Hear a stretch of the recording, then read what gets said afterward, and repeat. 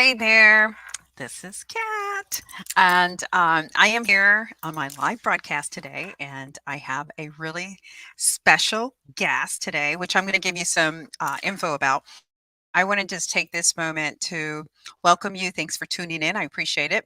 And if you are catching me wherever you are, make sure you drop a comment and let me know if this is the replay or are you catching me live. And then let me know where you're tuning in from. And then if you have any questions as we go through this podcast, please drop a comment because I'm happy to address them. Wendy's happy to address them, my guests, and you're going to learn a little bit more about Wendy. And what better way to make use of your time if you're tuning in? Okay, is to really monetize this moment and really capitalize on any questions that you might have from an expert in her field. So, let me give you a little intro to my special guest, Wendy Byford. She is the CEO and business strategist at HMM Business Coaching. And what Wendy, a little bit about Wendy, and she's going to tell you a little more, is Wendy, I love how she describes this. She is a corporate American escapee who took an early retirement to start her own business, which I love. I love that little synopsis she gave to describe herself. But Wendy, in the past 20 years, has been a coach, speaker, a trainer, and seven-figure small business owner. So she knows what she's talking about, and she's here to talk about how you can take your business and grow it without adding any more marketing dollars. So, although it really goes against my grain because I sell marketing, but I love this about Wendy, and I can't wait to have her join me. So, without further ado, let me get Wendy up in here. Hey, Wendy. Hi there. Nice to be here. Thanks Thank for you so much. Yes, thanks for joining me. So, okay, before we get started, Wendy, which you have an amazing background and amazing career, just give us a little background about, from your words, of who you are and how you came to be where you are today. Okay. Well, when I say that I'm a corporate America escapee, it probably would be safe to say that I wasn't the ideal employee. I worked for corporate 100 company for many, many years, doing things that the company hadn't done before. But I'm not a politician. I hate corporate politics, and so I was constantly getting myself in trouble about not Okay. being politically correct. With being standing up for my group and not this group, but I always look at the situation and say what makes sense, especially for our clients, what makes sense for our clients, which got me in a lot of trouble. So I decided that at an opportune time I would just take early retirement and go start my own company.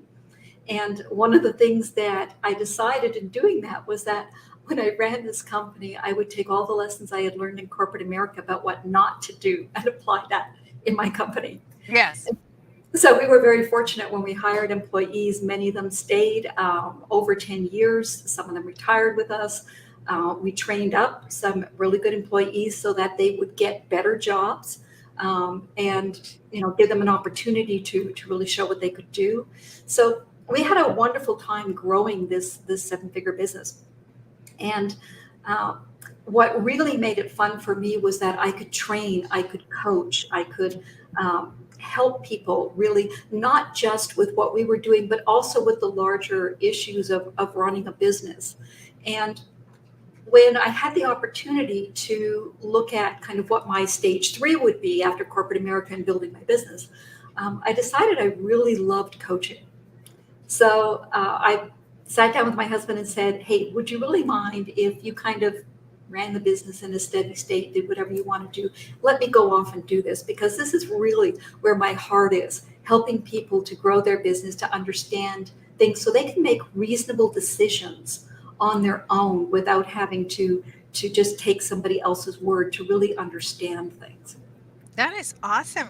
Wendy, I knew we got along for a reason. I knew there was a connection for a reason because I am similar to your past history in that um, I hit the glass ceiling with corporate America. And I think a lot of me hitting the glass ceiling was the people that were around me did not really want to see me keep going up, right? Like, which is unfortunate, but such is life, you know?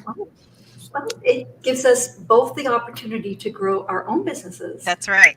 Right. so maybe That's there's a exactly. good side. Who knows? Yeah. No, it is a good side. And the reason why I point that out is I have met a lot of entrepreneurs who um, became an entrepreneur because of situations like that in corporate America, where they're either pushed out or they're not recognized for the strengths that they have, or they just hit the glass ceiling and it's a man's world or something else, or they didn't fit the mold of what was going to be that next step. So I'm sure a lot of people tuning in can relate to those situations, which creates that opportunity, as you just alluded to, Wendy, that you can now create your own destiny. You can now create all the wonderful things that you want to do and have your own rules, right? Your own rules that you want to create, you know. Absolutely. Okay, so let's talk about the nitty-gritty of what you do, because your strength is really highlighting the strategies and being strategic about how you can grow someone's revenue. Is that correct? Right. So there's a lot more to running a business than simply putting up a few Facebook ads. I think many people get into business because there's something really special that they can do and they want to bring that to the world. Especially if you're in coaching, consulting, you're an author, you're a trainer. We really are in the serving industries. And we really want people, we really want to help people. So we have that ability, we have that skill, and sometimes we just go running out into the marketplace to try and present that skill without really looking at what it is that we need to do to build a business. And so we may get our first even $100,000 doing that, and Hmm. then we kind of hit a wall of, well, where do I go from here? Because some of the underlying foundation hasn't been built, and some of the things that are really crucial to being able to scale a business without spending, more and more and more and more money on advertising, hasn't been looked at. So that's really where I like to speak to people. It's kind of like, you've got this brilliance. You are fantastic at what you do, but you've got a choice to make now. You've built yourself a job, which is Yep. what $100,000 is, right? You built yourself a job. Now, if you want to turn it into a business, we need to do some things differently. Yeah. Okay. S- uh, so some of the challenges and related to this are, I'm assuming, would be like hiring um, employees, right? Retention, um, having a plan to scale. I mean, like, are these some of the foundations of what you're talking about? Well, let's roll it back even before that. Okay. Okay. If you decide that you're really good at something and you go running out to get a bunch of contracts and just work the business, then you may not have done some very fundamental things. Like, I always tell people, go back to your why, not your superficial why. Don't tell me what you think I want to hear. Don't tell me what other people told you should be saying, but go Right. viscerally inside. Give me the why that makes you choke up and cry every time you say it, because you then want to take a look at what it is you're going to build and map it against that. Because if you tell me that your real why is that you want to stay home and be there for your kids in a way that your parents couldn't be for you, so you want to be able to decide your own hours and those sorts of things, and then you tell me you want a seven-figure business, we've got a disconnect here, because the Got you. number of hours it's going to take you to build that is going to mean you're not going to be with your kids, at least in the beginning. Yep. So, so you want to get that why. Then you want to take a look at, what your special thing is that you're bringing to the marketplace and who you want to serve, not who you think you can serve, not who you think you should be serving, but who do you want to serve? Who's going to get you bouncing out of bed in the morning saying, I get to talk to these people, I get to serve these people, I get to do this. Figuring out what your niche is, and then how do you get to these people? One of the things that I talk to people about is asking them, what's your market dominating position? I don't want your elevator speech. I want to know, what makes you different from everybody else? And Right. what are you saying that nobody else either does say or can say? So tell me what that is. If you don't know who it is that you want to serve, if you don't know what that niche looks like, if you don't know what you're bringing to the table that specifically addresses their biggest fear, you don't know what your market dominating position is. And so all the advertising in the world, and you know this yourself, Kat, is not going to help. That poor person is trying to run these ads and they have no idea what it is that you're really trying to do, who you're Yep. really trying to talk to. Right? Yep. Yep. I think I don't mean to interrupt you, but this is a great point to just step in really quick. I think a lot of clients that I run into don't even know who their target audience is. Right. So, to me, in my world, and I know it's in your world too, is if you don't know who your target audience is, that's a lot of wasted money. Yep. And so when we're talking about growing your business without spending more on advertising, it means being smarter with the dollars that you're currently spending Right. and also doing some other things. I grew a seven-figure business based on JVs and referrals, Okay. It's based on what two elements? joint ventures and referrals, What's Tri Ventures? joint ventures. Oh, joint ventures. Okay. Yeah, Okay. JVs. Okay. No, that's awesome. That's awesome. So Okay. it's different from putting out a lot of advertising, but that Hmm. was the model that I was comfortable with Yep. and worked for my business. It Yep. doesn't work for everybody's business. um, my advertising was basically, I knew a speaker and I would speak on stage and I would teach people my love, right? I would Hmm. teach them, and afterwards I would coach them, I would help them. So that was kind of my model. But for some people, doing advertising, branding, all of that sort of stuff may be absolutely great, but you've got to be smart about it, Yep. which means you need to have the foundation built, because if they come to you and say, Kat, okay, go out there and do all this wonderful stuff, you can spin your wheels forever and Yep. not get them the result that they want because they haven't put the foundation in place. Right. Right. And that goes back to, again, when you said some key elements, know your why. If you don't understand your why, then you're really going to be in a tailspin because, that's so much the foundation of why you would even exist. And then the other thing that I love that you mentioned, and I always tell people this over and over and over, is what sets you apart. If you don't understand and can see that or express that to people, what sets you apart, then no one's really going to do business with you specifically because you're not giving them that that leg, that one thing that's going to make that swing, that decision, right? That one Yeah, thing. right. And it may be that one thing if you can just figure out what makes you different. And I'll use an example, Wendy, because I love I love this. You're just reiterating a lot of the things I always say over and over and over. So I met with a plumber one time and I asked him, I said, "What makes you different? Why would I call you?" And he said, "Well, Kat, I return people's calls. Believe it or not, nobody returns people's calls, and I return them.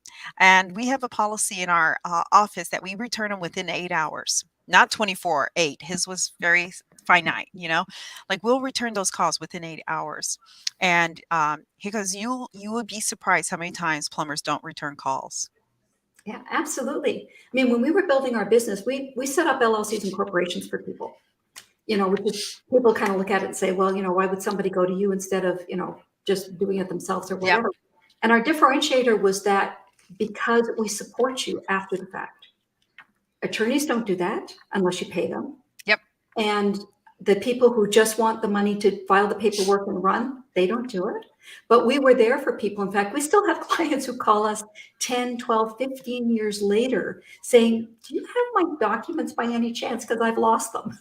That is awesome. You know what? You make a great point because you're right. I filed trademarks, and if I can't just call my trademark attorney and say, "Hey, can I ask you some advice on blah blah blah blah?" You know, he's like, he's going to want me to schedule an appointment and charge me his hourly rate. So That is awesome. yeah, we made it a point to be there for people. Yeah. To, even if it's like 10 years later, we were still there for people. So And they could ask us questions and we would tell them, this makes sense or this doesn't make sense. Now, we could never give them legal advice and we never pretended we could. And there were Yeah. instances where we said, we're really sorry, you have to go talk to an attorney on this. Yeah. And but at least they knew at that point. Yeah.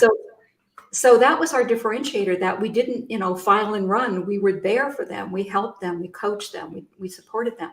So that was the big differentiator. But a lot of people haven't taken the time to figure out what their secret sauce really is. Okay. Because somehow they just think, well, because I do this so well, I'm just going to go out there and do it, without realizing Okay. that there are hundreds of other people doing the same thing. So what's different? What's unique about you? Doesn't mean it's not there. Just means you need to spend the time figuring out how you address your niche market's biggest fear. Right. Right. Now, is increasing the revenue on a company, is it solely going in and examining what all their expenses are and is cutting them back? Or, I mean, is that the gist of it? Or is it the little bit of what you're telling me and then also going in and... Well, before I answer the question, I'm going to explain a concept that most people don't get. And I know that you'll recognize this concept immediately, but most people don't. Okay. And it's basically the idea of compounding. Remember that Einstein said that compound interest was the eighth wonder of the world. That was the most fantastic thing he'd ever come across. And it's the same idea, but just used in business. So if I make a 1% change in the number of leads that you bring in by helping you to recognize other ways of getting business, and we can look at if you make another 2 or 3% increase in business of the number of leads that you convert. And then we look at, maybe adding another 1% number of times they buy from you. And maybe we raise your price by a small amount. Of course, everybody goes like, oh, I can't raise my price, I'll lose people. There's actually a formula that tells you how many people you can lose and still have the same profit. Let me be here, very clear here, and I love this saying, is that revenue feeds your ego, profit puts food on the table. Right. So let's just be clear, we're looking at profit. So you can increase your profit just by doing those small things. You might need to cut costs or whatnot, but if you keep doing these things to increase your profit a little bit, change the number of leads, do this, do that, these all compound off each other. And by doing that, you can take your $100,000 business to multiple 6 figures or even 7 figures, depending upon how rigorous you are in doing all these things.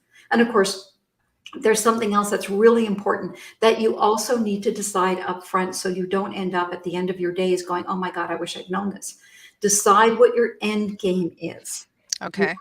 Because if you don't, and you decide that this business is what's going to feed your retirement, you may get 20 years down the road and find out that the business that you built, you can't sell because you didn't do some very fundamental things. I love that. That's great planning. Yeah, you need to do that.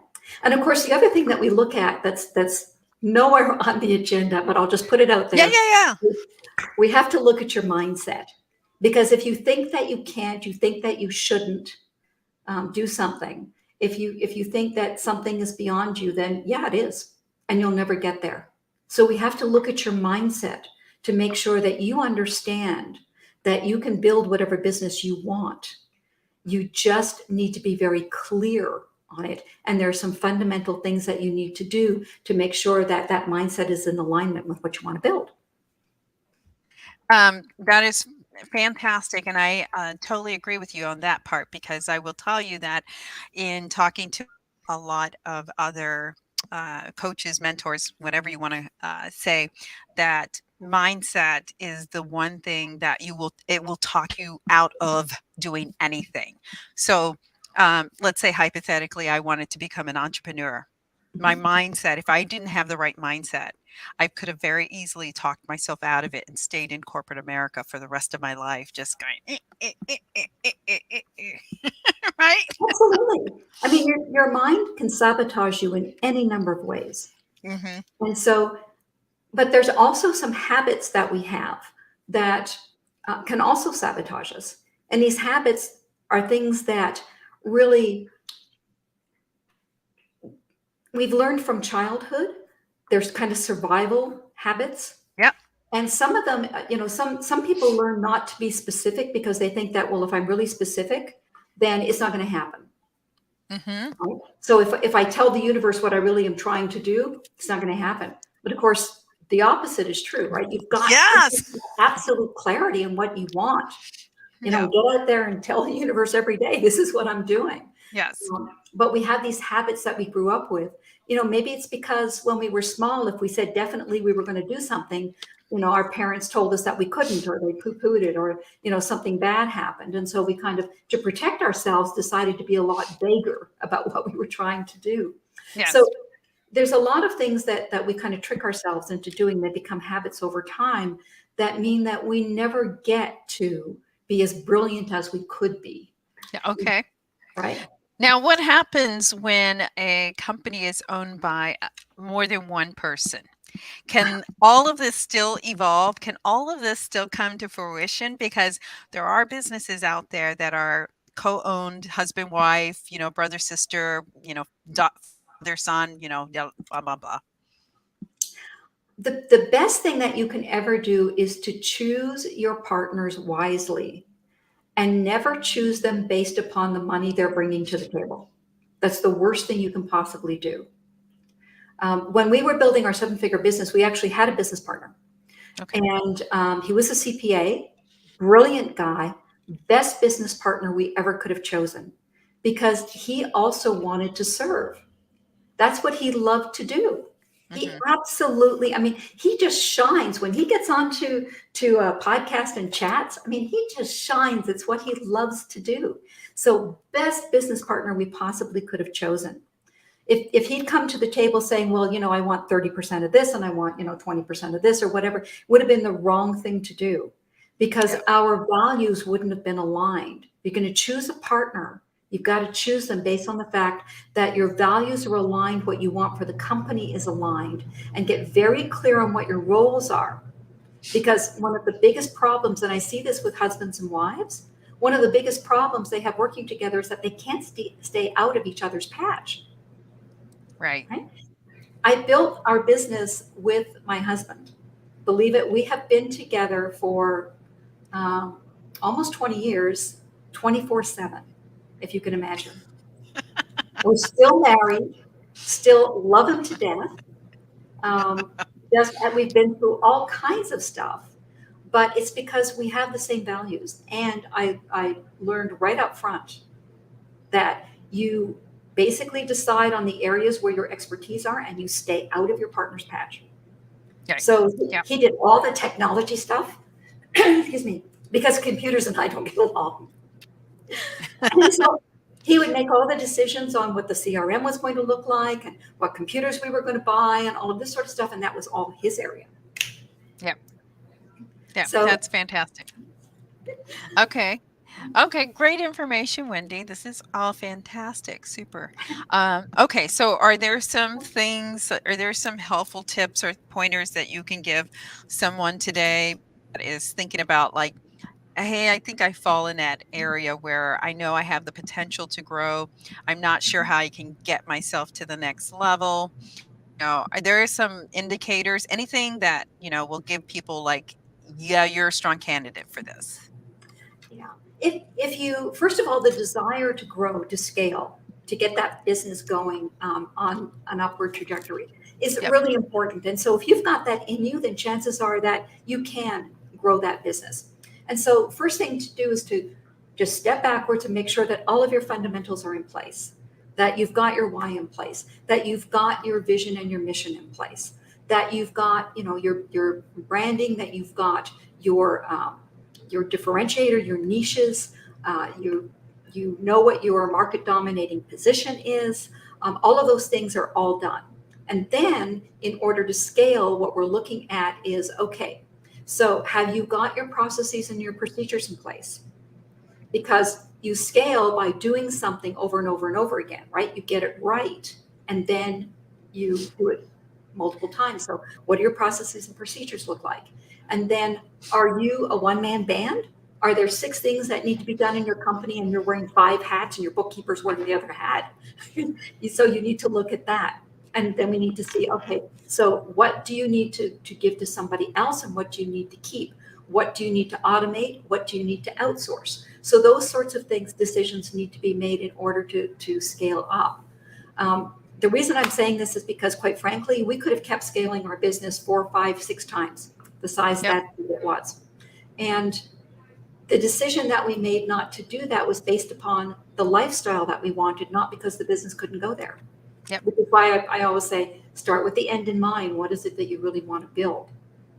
Right? So make Yep. sure that that's in place. Because once you start scaling, if you say, oh yeah, I want to scale it to 8 figures, but you also want a lifestyle that allows you to be with your family a lot, you've got to disconnect. So we've got to get that sorted out. And if your end game is to sell the business, but somebody's saying, well, make sure that you write everything off so you never pay taxes, excuse me, we've got to disconnect.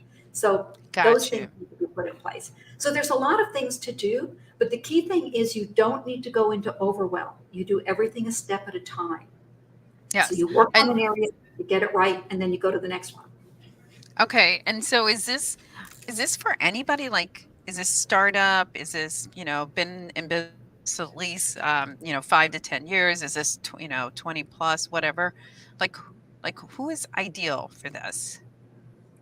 Um, there's 2 answers to that. Okay. Anybody can scale their business if they understand the fundamentals that I just talked about, Yep. and they want to take it to the point at which they are comfortable with the lifestyle. Now, there are people Okay. out there who aren't happy unless they're running 1,000 miles an hour, at least 16 hours a day. I mean, Yep. that's your personality, and that's what you want to do. And if you want to grow to 8 figures, God bless you, go for it, right?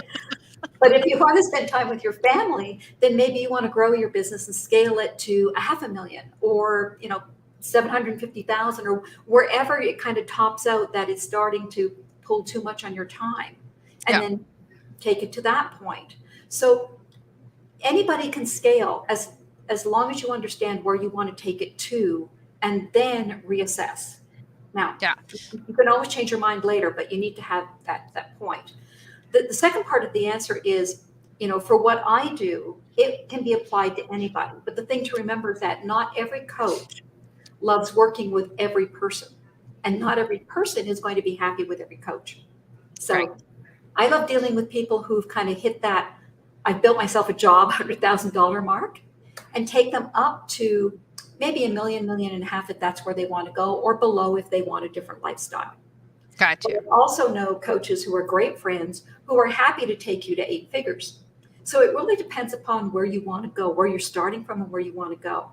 Now, if you're in startup, right, the most important thing in startup is to get you to that $100,000 mark. Not because you want to be able to say, "Oh, great, I've got a job, I can pay the bills," but because that's kind of your first stepping stone in order to grow the business. It proves that you've got something that you can sell repeatedly out in the marketplace. Okay, Yeah. whether it's a skill or it's a product or whatever it is, it shows that you can do that. And until you get to that place, everything has to be focused on figuring out who you're selling to, what it is that you're selling, what kind of needs you're meeting, what your market dominating position is, all of those things to get you to that point. Yep. So it Okay. works for everybody. It's just that it's different if you're in a startup. Okay. Now, because this does not involve any additional marketing dollars, Mhm. does that mean that it does involve more work? Well, it's when we're talking about more marketing dollars, the assumption is you're spending something. Yep. It's just a matter of the when people go into overwhelm because what they're doing isn't working, or they've decided they want to scale and they think that they have to get on a hamster wheel and do that. Um, they often will go to marketing as their first go-to say, well, I have to up my marketing dollars if I'm going to be able to do that. Right. And what I'll say to them is take a deep breath, take a step back. We want to look at where you are now and what small incremental changes you can make to increase the amount of revenue and profit that you can currently get out of the company. Once you've done that, and we've figured out, what's your plan now to scale, then you can go back and say, okay, now I need to add my marketing dollars in, but I'm going to do it smarter in a more directed fashion. So Yep. maybe instead of just throwing money at ads, I also go out and I find some power partners to work with where we can refer to each other. Or Yeah. maybe instead of just throwing dollars out there to advertise one thing, I have I get more bang for my buck because when somebody comes in, I can do an upsell. 34% of people will buy if you ask them to buy something additional when they're going to checkout, right? So Right. I'm gonna, so that's more money, right? Just from that one person coming in, I've already got them. Now I can get more money out of that one transaction. And if they don't want that, maybe I can downsell them. So different strategies to be smarter with the dollars that you're using. If you're getting the lead in, make the most of the lead when it arrives, right? Gotcha. So, and then if you've got a lead, are you dripping on them, right? Right. You paid to get that lead. Are you staying in contact with that person? Because Right. maybe you're going to bring out something new that they want to know about, but if you're not dripping on them, they'll never know. I Or go ahead. go ahead, Kat. Oh, I was going to say, that is probably one of the biggest mistakes people make is that they say in their own mindset, "Oh, I don't want to bug them," or "Oh, I've already reached out to them and they haven't responded." And I come from a sales background, so I'm all about, it takes at least 8 touch points. You have to keep at it because they're going to be thankful at the end of the day because they're going to say, "Oh, thank you so much for staying in thanks for being persistent. I've just been so busy." I hear that all the time. Absolutely. It takes somewhere between 5 and 12 touch points for somebody to make a decision. And the reason is because they're somewhere on that buyer's journey and they Yep. may not be at the point where they want to buy yet. So what they're doing is they're collecting information for each step that they're going through on that buyer's journey. And Yep. if you're the one leading them through the journey, helping them collect and evaluate that information, when it comes time for them to buy, who are they going to go to? Right? Whoever They're is going to go to talking, you. whoever is talking. You're the one who's leading them through that journey and That's helping right. them to understand why what you do is different and better and what they should be looking at for different things. I mean, think about carpet cleaning. Okay, let's Yep. just take something so basic, right? If you're the person who's saying, don't let people do this or don't, if somebody says this, then you need to watch this and be careful about this. And, depending upon the type of carpet you've got, you should be doing this or whatever. If somebody is doing that, when it comes time for you to choose a carpet cleaner, who are you going to go to? Like that person who I respect now. Yeah. Absolutely. But a lot of people are out there trying to advertise without understanding that journey. Yep. And so they don't take the opportunity to drip on the people who just came and looked at what you had and didn't buy. Exactly. No, that It's, makes total sense. and the thing is that you have to do this properly. You have to get inside their mind and do it properly because if you don't, I think they did a study in the 90s that showed that it took somewhere between 20 and 100 touch points if you didn't do it properly because there is so much stuff coming at people Right. every single day that they don't remember you from one day to the next. Yep. Look, if you're taking them through the buyer's journey, you're doing this properly. Your drips are really helpful to them. They really are touching on what their fears are and what their hopes are and their dreams and all the rest of the stuff. Then yeah, somewhere between 5 and 12, they're going to come back to you and say, "Hey, I'm ready to get my carpet cleaned. Are you my guy?" Yeah. And I have to now add a little because when you were talking about how you delivered value beyond that initial, right, that initial value proposition or whatever the delivery was of the service or product or whatever it was. Okay. So I can relate to this in regards to my previous life in major media. Because in major media was a one and done kind of sell, right? It wasn't about creating that relationship. It wasn't about really guiding that person because if they weren't spending the money, my managers, my bosses would say, "Stop wasting your time on that client," which is really Mhm. sad, if you think about it, because I spend a lot of time coaching and grooming my future clients because I want them to stay with me, right? I want them to Right. have that disposition that Kat knows what she's talking about. Why would I go to anyone else? Yep. I mean, the interesting thing is that people always think about getting the new client in, Hmm. but they very seldom think about, I've got these 2,000 people on my list already who've bought from me. what else do they need? What else can I sell them? And I don't have to do Facebook ads to do that. Right. I can send them an email saying, hey guys, it's shown that if you bought this, then your next step is this. And so I've got this for you. And I mean, all of those things that you can do that really keep your marketing costs down. Absolutely. And it Ab- doesn't mean that you have to do all this yourself. People like Kat are there to help you with, figuring out what you need to put in those letters. But you can run them then over and over and over and over again. Yeah. Yeah. Yeah. Now, the other thing that I feel like kind of straps people or prevents them from growing their business is the fact that they do micromanage or they can't let go. I mean, so it's beyond mindset, it's beyond um what is it, doing the right things. They're doing the right things, but because they have this micromanage attitude that they feel like they can't let it go. I don't know how best to describe that. It's like someone else can do it, right? Someone else can do it, but they just can't let it go, right? Well, there's a couple of things with that. A lot of times they think they can't let it go because they've never taken the time to do standard operating procedures. Right? So there's no way to evaluate the work anybody else does because you've never put the procedures in place with what the expectation is for good, great, excellent service. And if you Yep. haven't done that, then somebody else comes along and tries to do it, but they're guessing at what you want, right? You kind of sit down beside them one day and say, oh, do this, do this, do this. And then you walk away. And when they get it wrong, you look at it and say, well, that's not what I wanted. You're not a very good employee. Right. But Right. right. But that poor person was guessing at what you wanted. So the first step, if you're going to scale, first step is always get those standard operating procedures in place, including what good, very good, and excellent production looks like. Once you've done that, then you can decide whether you need to hire a person or you can outsource the whole thing or you can bring in somebody to do part of it. So a service or a VA or somebody like that. Yep. So the first step is always decide what it is that they're going to do and what's the standard that they need to live up to. And then secondly, who's the person who needs to run that? Now, the other thing that I learned, and this was probably the best lesson I ever learned. So listen up, guys. When I was building my business and I was hiring employees, and we had there were 8 of us running around in the house. Believe it or not, we ran the business out of our house. So these employees would show up and then they would leave at the end of the day.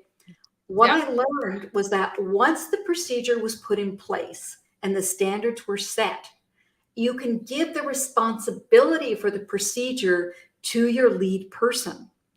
Then, if something happens and a change needs to be made, they come and they discuss it, but they're responsible for changing the procedure and implementing it. Have you got that? Yep. Now, for all of you guys that are like micromanagers, this is going to drive you crazy. But the thing is, you have so much that you have to do to scale your business. You don't want to be rewriting procedures. You want the person who is responsible for implementing the procedure to be responsible for making those changes. And a lot of times you'll be surprised. We used to have something called lunch and learns. So we would get everybody around a table, we'd bring in pizza, we'd do all this stuff. And then we would say, literally, what went wrong this week? Now, we had an environment where I never cared who made the mistake. I Right. cared whether or not it got fixed. Yep. So they put up their hand, they say, well, this happened and it happened, because of this reason, and this is what we did to fix it. And then I would say, okay, so has the procedure been changed or do we still need to do that? And that was our lunch and learn so that everybody in the group knew what was changing. Yep. And they knew why it was being changed. And the person who was responsible for that procedure would make that change. And then we'd keep going. And so I didn't have to do it. It was great. I could sit there and eat my pizza, Yeah. which was wonderful. I knew that our clients were being taken care of. I knew that the people who were doing the work didn't have any fear of owning up to a mistake because the idea was never that you were going to be punished for it, ever. It was always going to be, okay, how did we fix it? Yeah. And if we didn't know how to fix it, then we could discuss it at the table, take the ideas, and then It's my company, so I get to say, this is what we're going to do. You make the change to the procedure, and we're off. That's awesome. That is awesome. And that's well stated, Wendy.